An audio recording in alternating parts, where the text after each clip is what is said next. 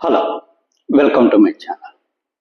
ఈరోజు ఈ వీడియోలోని మనం ప్రస్తుతం ఇరాన్కి, అమెరికాకి, ఇజ్రాయెల్కి మధ్య యుద్ధం జరుగుతుంది. అసలు ఈ యుద్ధాలు ప్రస్తుతం ఏ దిశగా వెళ్తున్నాయి?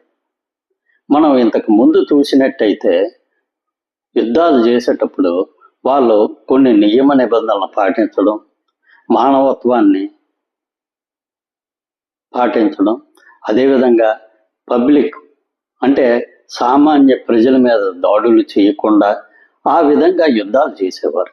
ఈరోజు టెక్నాలజీ భారీ ఎత్తున డెవలప్ అయిపోయి ఈ కంప్యూటర్లు, ఇంటర్నెట్లు, ఆర్టిఫిషియల్ ఇంటెలిజెన్స్లు ఇవన్నీ వచ్చి ప్రపంచం అంతా కూడా అభివృద్ధి చెందుతుంటే మన ఆలోచన ధోరణి రాతి యుగం రోజుల్లోకి తీసుకువెళ్ళిపోతుంది. ఇక్కడ మనం అమెరికా విషయమే తీసుకుంటే అసలు వాళ్ళు ఎందుకు యుద్ధం చేస్తున్నారు? వాళ్ళకి ఒక లక్ష్యం అంటూ ఏమీ లేకుండా ఊరికినే యుద్ధం చేసుకొని ఇలాగా ప్రపంచంలో ఉన్న దేశాలన్నిటినీ ఇబ్బందులు పాలు చేసి వాళ్ళు ఇరాన్లో ఉన్న చాలామంది సామాన్య ప్రజల్ని చాలా వరకు చంపివేయడం జరుగుతుంది. దీనికి సంబంధించి కొద్దిగా మనం ఈ వీడియోలో విశ్లేషించుకుందాం. ఇంతవరకు ఈ ఛానల్ సబ్స్క్రైబ్ చేసుకోకపోతే ప్లీజ్ ఈ ఛానల్ సబ్స్క్రైబ్ చేసుకోండి. ఇక విషయంలోకి వెళ్తే మనం ఇంతకుముందు కొన్ని యుద్ధాలు చేసి ఉంది మన దేశం. పాకిస్తాన్కి మనకి, అదేవిధంగా మనకి చైనాకి, అదేవిధంగా అమెరికా, వియత్నాం, అమెరికా, క్యూబా ఇలా చాలా దేశాలు చరిత్రలో యుద్ధాలు చేసినట్టుగా మనకి తెలిసిన విషయమే.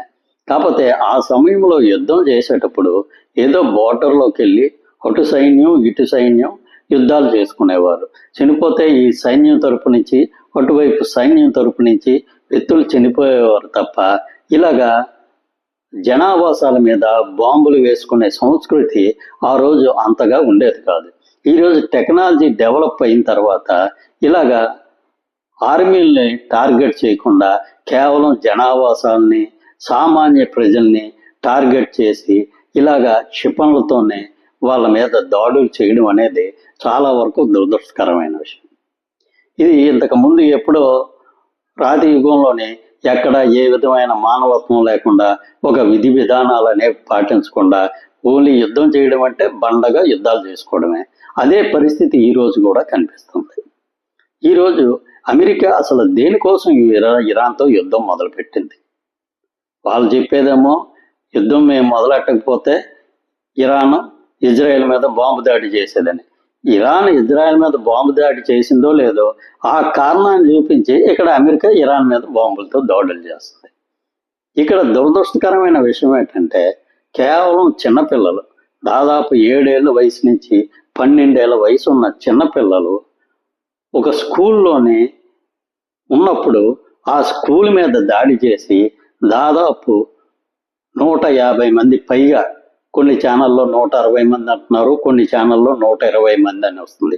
ఏమైనా సరే ఇది చాలా పెద్ద ఫిగర్. ఇంత భారీ ఎత్తున చిన్నపిల్లల్ని చంపేసిన తర్వాత కూడా ఏమాత్రం పశ్చాత్తాపం లేకుండా ఏదో పొరపాటు జరిగిపోయింది అని సింపుల్గా ఒక స్టేట్మెంట్ ఇచ్చేయడం అనేది చాలా వరకు అది మానవత్వం ఉన్న ఎటువంటి వ్యక్తి కూడా ఈ విషయంలో దాన్ని హర్షించరు. కనీసం పొరపాటు జరిగింది, మేము క్షమాపణ చెప్తున్నాం, ఇలా పిల్లల మీద దాడి చేసి ఉండవలసింది కాదు అని కనీసం ఒక స్టేట్మెంట్ కూడా అమెరికా నుంచి రాలేదు. ఈరోజు అమెరికా ఏ లక్ష్యంతో యుద్ధం చేస్తుందంటే రోజుకో మాట చెప్తుంది. ఓసారి ఇరాన్ దగ్గర అణుబాంబులు ఉన్నాయని యుద్ధం చేసామంటుంది, ఒకసారి అమెరికా ఇరాన్ యొక్క నాయకత్వాన్ని మార్చడానికి యుద్ధం చేసామంటుంది, ఒకసారి అమెరికా ఇరాన్ దగ్గర చాలా పెద్దగా క్షిపణులు ఉన్నాయి, ఆ క్షిపణులు ధ్వంసం చేయడానికి యుద్ధం చేసామంటుంది, ఒకసారి ఇరాన్ ప్రజలు ఈ నాయకత్వం వల్ల చాలా వరకు ఇబ్బందులు పడుతున్నారు కాబట్టి ఇరాన్ ప్రజలకి సహాయం చేయడానికి యుద్ధం చేసామంటుంది. ఇలా రోజుకో రకంగా మాట్లాడడం మొదలుపెట్టారు.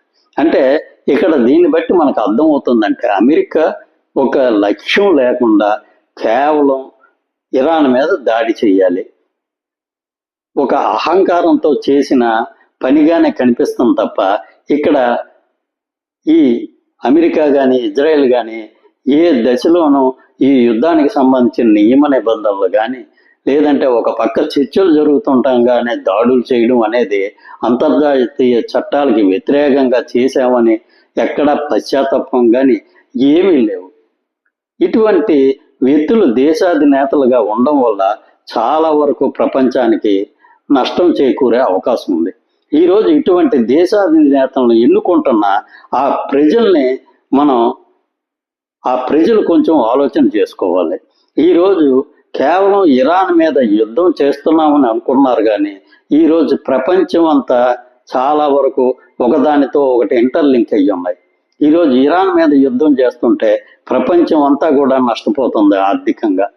ఇక్కడ ఇరాన్ కూడా వాళ్ళ మీద అమెరికా వాళ్ళు దాడి చేస్తుంటే వాళ్ళేమో దుబాయ్, సౌదీ అరేబియా ఇటువంటి చోట్ల ఉన్న ఈ ఆయిల్ రిఫైనరీస్ మీద, ఆస్తుల మీద, ఇటువంటి వాటి మీద దాడులు చేస్తున్నారు. ఇంకా అన్నిటికన్నా దురదృష్టకరమైన విషయం ఏంటంటే ఈ డీశాలినేషన్ ప్లాంట్లు, అంటే ప్రజలకి మంచినీటిని సరఫరా చేసే కర్మాగారాల మీద కూడా దాడులు చేసుకొని మంచినీళ్ళు కూడా దొరకకుండా చేసుకుంటున్నారు. ఈ విషయాల్లో కొంచెం ప్రపంచ దేశాల అధినేతలు ఆలోచన చేస్తే బాగుంటుంది. ఈరోజు ఏదైనా దేశాల మధ్య యుద్ధం జరిగిందంటే అక్కడ ఆర్మీకి ఇక్కడ ఆర్మీకి కొట్టుకుంటే కొంతవరకు మనం హర్షించవచ్చు. అంతేకాని ఇలాగ సామాన్య ప్రజల్ని ఇబ్బందులు పెట్టి ఇలాగ ఆయిల్ రిఫైనరీస్ మీద దాడులు చేయడం వల్ల ప్రపంచం అంతా నష్టపోతుంది. ఈరోజు యుద్ధం 10 రోజులు జరుగుతుందో, నెల రోజులు జరుగుతుందో, 2 నెలలు జరుగుతుంది. కానీ దానివల్ల జరిగే నష్టాన్ని నుంచి కోలుకోవడానికి ప్రపంచానికి కొన్ని సంవత్సరాలు పడుతుంది. కాబట్టి ప్రపంచ దేశాధినేతలు ఈ యుద్ధాలు జరిగేటప్పుడు దౌత్యపరంగా వీలైనంత వరకు సమస్యను పరిష్కరించుకుంటే అది ప్రపంచానికి, ప్రపంచంలో ఉన్న సామాన్య ప్రజలకి ఉపయోగకరంగా ఉంటుంది. కాబట్టి ఎక్కడైనా సరే ఈ అమెరికా, ఇజ్రాయెల్, అదేవిధంగా ఇరాన్ ఈ దేశాధినేతలు సామాన్య ప్రజల గురించి కొద్దిగా ఆలోచన చేసి వీలైనంత వరకు ఈ యుద్ధాన్ని అతి తొందరగా నిలుపుదల చేస్తారని మనం ఆశిద్దాం. Thank you. ఈ వీడియో నచ్చినట్లయితే ఈ ఛానల్ సబ్స్క్రైబ్ చేసుకోండి. Thank you very much.